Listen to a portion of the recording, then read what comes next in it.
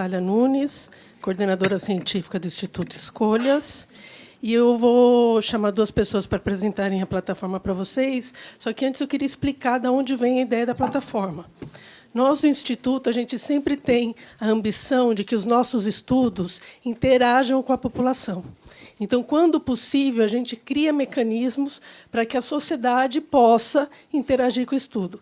E, nesse caso específico, teve uma ótima coincidência que, além da FGV, enquanto a FGV estava fazendo o estudo, a gente teve um bolsista, sim, temos um programa de cátedra, financiamos estudo, alunos de mestrado e doutorado, e entre na nossa página para ver. Tá? Enquanto isso, enquanto a FGV estava realizando esse estudo, um bolsista nosso defendeu uma dissertação sobre custos do congestionamento. E aí a gente viu uma ótima oportunidade de casar as coisas. Eles vão apresentar para vocês, e, antes de chamá-los, eu queria agradecer o Instituto de Energia e Meio Ambiente, que colaborou com a gente nisso também. Tá bom? Frederico, da FGV, e o Ricardo.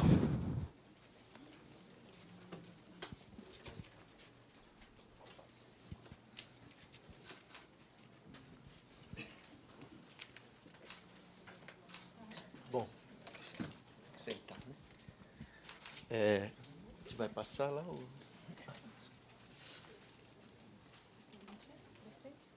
Tá. Bom, como a Natália já introduziu, a ideia dessa plataforma é que ela tenha um nível de interatividade que permita à população em geral, a população não expert, a operar sobre os conjuntos de dados que a gente trabalhou durante a pesquisa, né?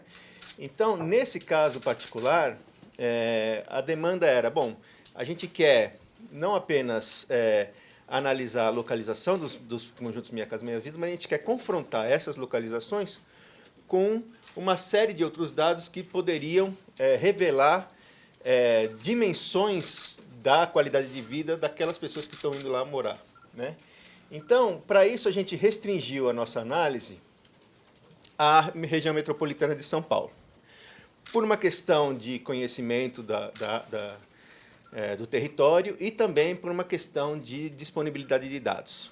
Então, hoje, a plataforma tem os dados para a região metropolitana de São Paulo, e a gente pensou da seguinte maneira como a gente poderia montar essa plataforma. A gente vai pensar de um ponto de vista um pouco diferente para aqueles que estão acostumados a trabalhar com dados socioeconômicos.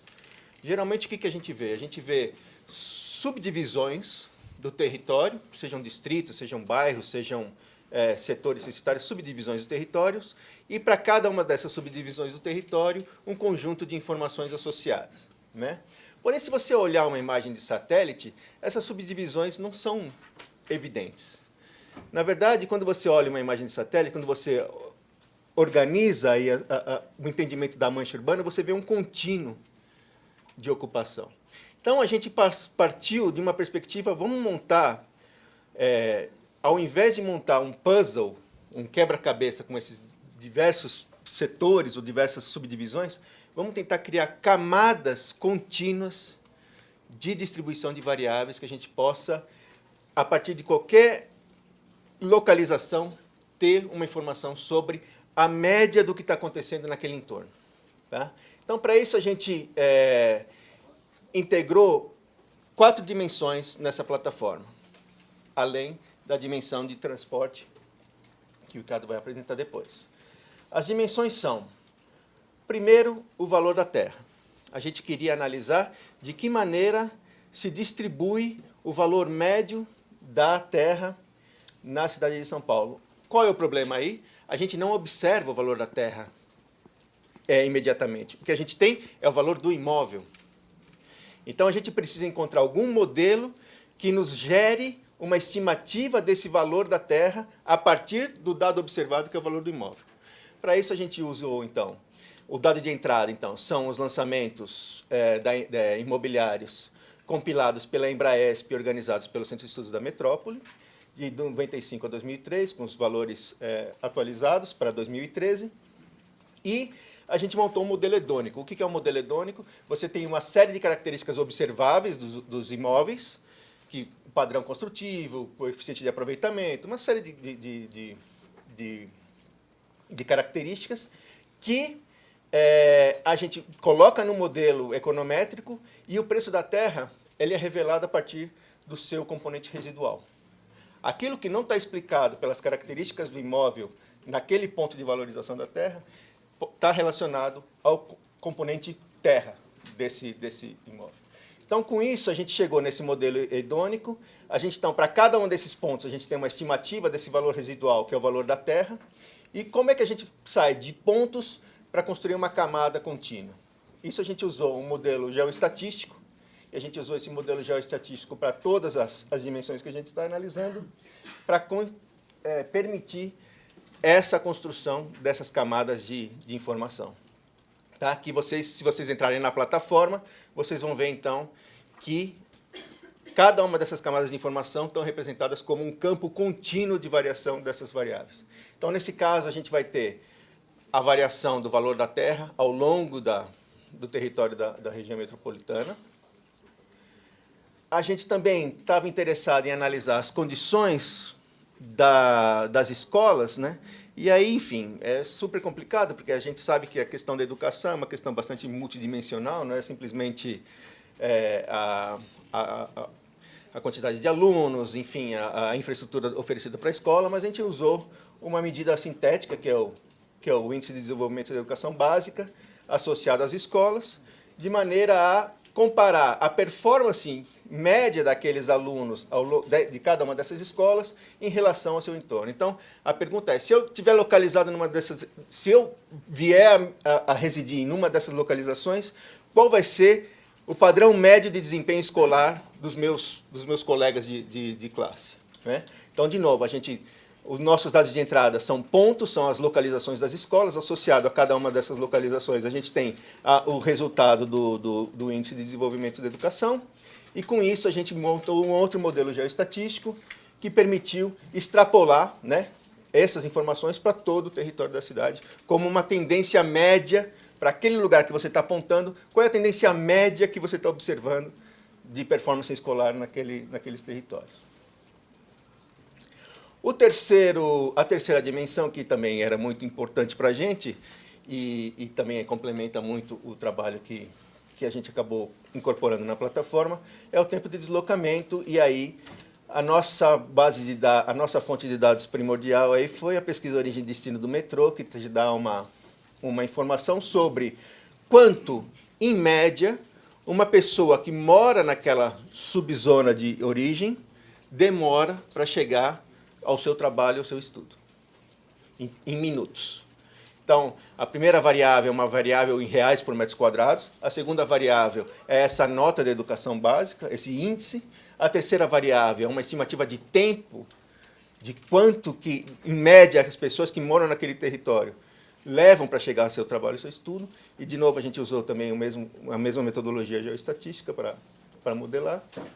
E, por fim, a gente queria também avaliar de que maneira aumentaria ou diminuiria a exposição a eventos de violência ao longo da cidade. A gente sabe que essa distribuição não é aleatória, existe uma tendência de concentração desses eventos por território das cidades.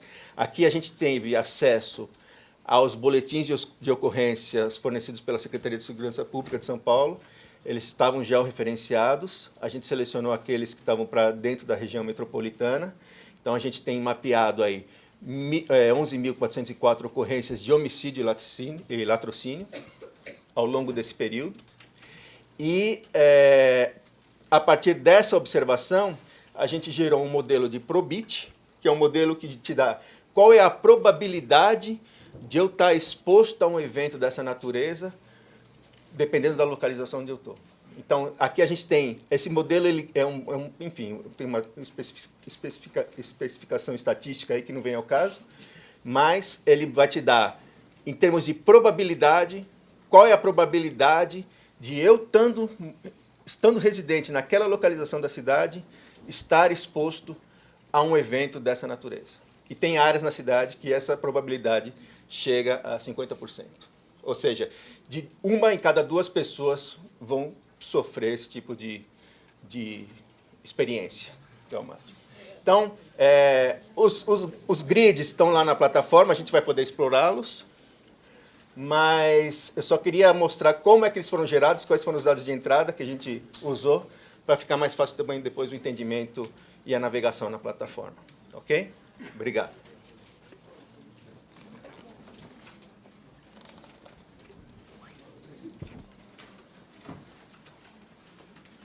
Bom dia.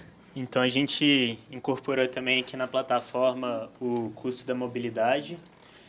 E acho que o sentido dele, como o professor Ciro disse, por exemplo, quando ocorre o salto, as pessoas, elas a princípio não observam o custo que elas vão ter, por exemplo, com a mobilidade. Elas só conseguem calcular o custo financeiro, por exemplo, de um bilhete que elas vão pagar de ônibus, mas elas a princípio não percebem que elas vão ter uma perda ali por ter que se transportar, de tempo e de outros fatores. Então, a gente tem aí custos financeiros que são diretamente observados, e a plataforma ela quer passar para a pessoa os custos que a pessoa tem com poluição e também com o custo de oportunidade do tempo que ela gasta no trânsito. Então, como o professor Eduardo aí também disse, normalmente os economistas falam muito de custo de oportunidade, mas as pessoas não veem diretamente esse conceito, assim, elas demoram a perceber esse conceito no dia a dia. Então, a ideia desse primeiro slide aí era exatamente introduzir essa questão do custo de oportunidade. Por exemplo, quem vai sair daqui vai querer almoçar? Provavelmente todo mundo. Se você tiver o mesmo almoço aqui na porta da GV, ou almoço em Guarulhos, e eu te pagar para ir para Guarulhos almoçar, e ainda te der R$2, quem que vai aceitar ir lá para Guarulhos?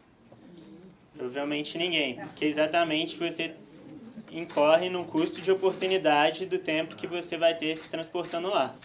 Então, esse tempo, esse custo, ele existe, apesar da gente não observar ele diretamente.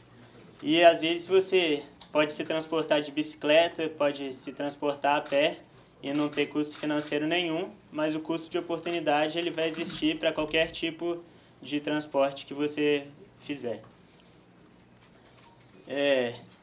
E aí, a questão aqui é exatamente quantificar esse custo.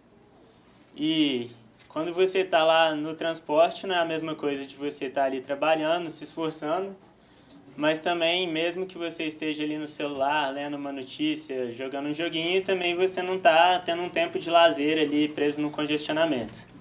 Então, quanto que é esse custo?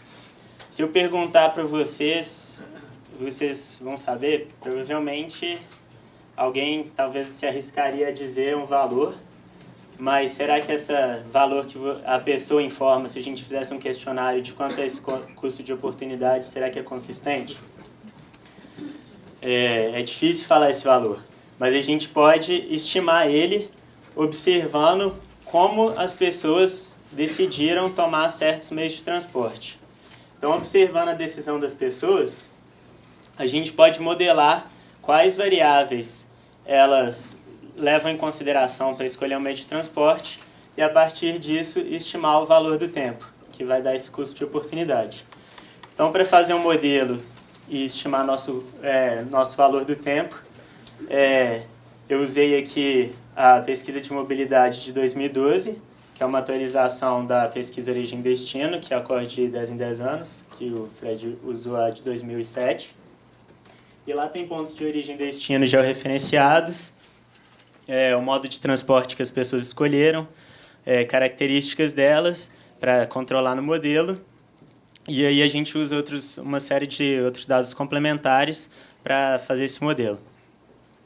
Aí é um modelo econométrico de escolhas discretas, que é do tipo Logit. E aí a gente modelou eles para ser consistente com as escolhas que existem no Google Maps. A opção de você fazer uma viagem de transporte privado, transporte público, de bicicleta ou a pé. E aí, só para vocês entenderem um pouco, os resultados eles estão divididos por distritos administrativos e municípios. Eles estão numa escala aqui negativa, por ser um custo. Então, quanto menor aqui na escala, maior o custo. E ele está diretamente relacionado à renda dos distritos administrativos. O custo é maior ali na região central, nos distritos onde a renda é mais alta. E aí, o Instituto Energia e Meio Ambiente, Davi e a equipe do IEMA, fizeram um estudo também de quanto gás de efeito estufa meu deslocamento emite. Então, São Paulo aí tem a maior frota do país. A gente emite milhões de toneladas aí de CO2 e outros gases. O gás metano, o óxido de nitrogênio, que contribuem para o aumento da temperatura global. E para saber a responsabilidade, quanto cada pessoa está emitindo na sua viagem, existem fatores de emissão, existem métricas globais que foram desenvolvidas a partir do painel internacional sobre mudanças climáticas para calcular esses fatores de emissões. E na metodologia da plataforma são considerados os tipos de combustível, biodiesel e etanol. Considera-se que eles não emitem o CO2 diretamente, mas pega o valor do gás metano e do óxido de nitrogênio e converte para gás carbônico para ter uma medida única e ver quanto cada viagem está emitindo. Os valores aqui, vocês podem perceber que o da gasolina para automóveis é o maior valor. E aí, qual que é o sentido disso? É porque corrigiu pela capacidade da ocupação dos ônibus o valor que tem de emissões de diesel. E aí o etanol é o que tem menos emissões. E aí pega esse valor de gramas de CO2 emitidos por quilômetro, multiplica pelo quilômetro da viagem e tem a emissão total de cada viagem. Então, se vocês forem à plataforma, a gente vai mostrar aqui agora, né, Natália? E colocarem lá os pontos, aí dá para ver quanto que cada viagem emite. Você pode colocar lá a sua casa para o seu trabalho, o lugar de estudo, e ver isso. A gente vai apresentar aqui agora a plataforma.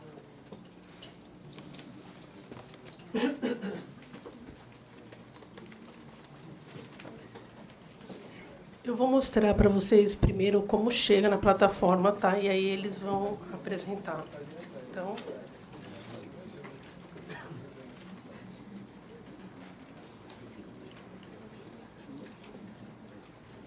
plataformas. Quanto é morar longe?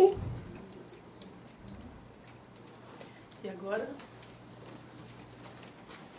Então, vocês podem... A ideia, então, é vocês explorarem essas camadas de informação que eu expliquei mais ou menos como elas foram geradas. A ideia aqui é que a gente possa comparar. Então, a gente pode ter uma visão geral dessas grades calculadas. Elas estão aqui representadas por cores. E aqui você pode selecionar o tema que você está analisando. Então, por exemplo, o valor da terra. Aqui a escala que você está representada no mapa. Aqui o modelo Probit de violência, então quanto mais em vermelho, maior a probabilidade de você estar exposto a essas áreas de eventos de violência. E também aqui a distribuição da camada de tempo médio de deslocamento conforme você se desloca, dependendo do lugar de origem de onde você está. A ideia aqui, então, é apresentar por exemplo, vamos pegar aqui Diadema. Você pode entrar com endereços específicos. Cada ponto do mapa você vai ter um grupo de informações disponível e você pode comparar através desse gráfico de teia cada uma dessas dimensões e comparar a incidência desses conjuntos de dados para cada localização da cidade, um pouco numa perspectiva aí da gente ter essa medida aí de desigualdade, né? Um pouco do que a gente trabalhava já quando a gente fazia as pesquisas com a professora Aldaísa, né? A gente já fazia os mapas de desigualdade, aqui é uma maneira mais lúdica da gente operar esses dados. Então, a ideia aqui é convidar vocês a entrarem na plataforma, cada um selecionar o seu endereço de interesse, comparar diferenças de endereços e ver o quanto que a gente vive num lugar desigual e qual o sentido da gente ter, o que pode ter de impacto em termos de educação, em termos de violência, cada lugar que a gente escolhe para morar na cidade. A ideia é isso, que seja uma plataforma interativa que a gente possa aí explorar mesmo essas camadas de informação, né? E aí tem então todas essas camadas estão nessa primeira aba, e a segunda aba mostra um pouco a ferramenta que está lá.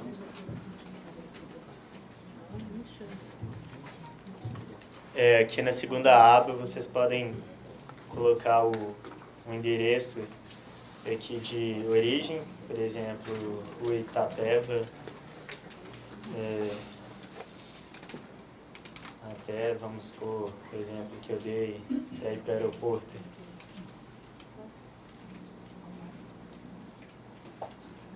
E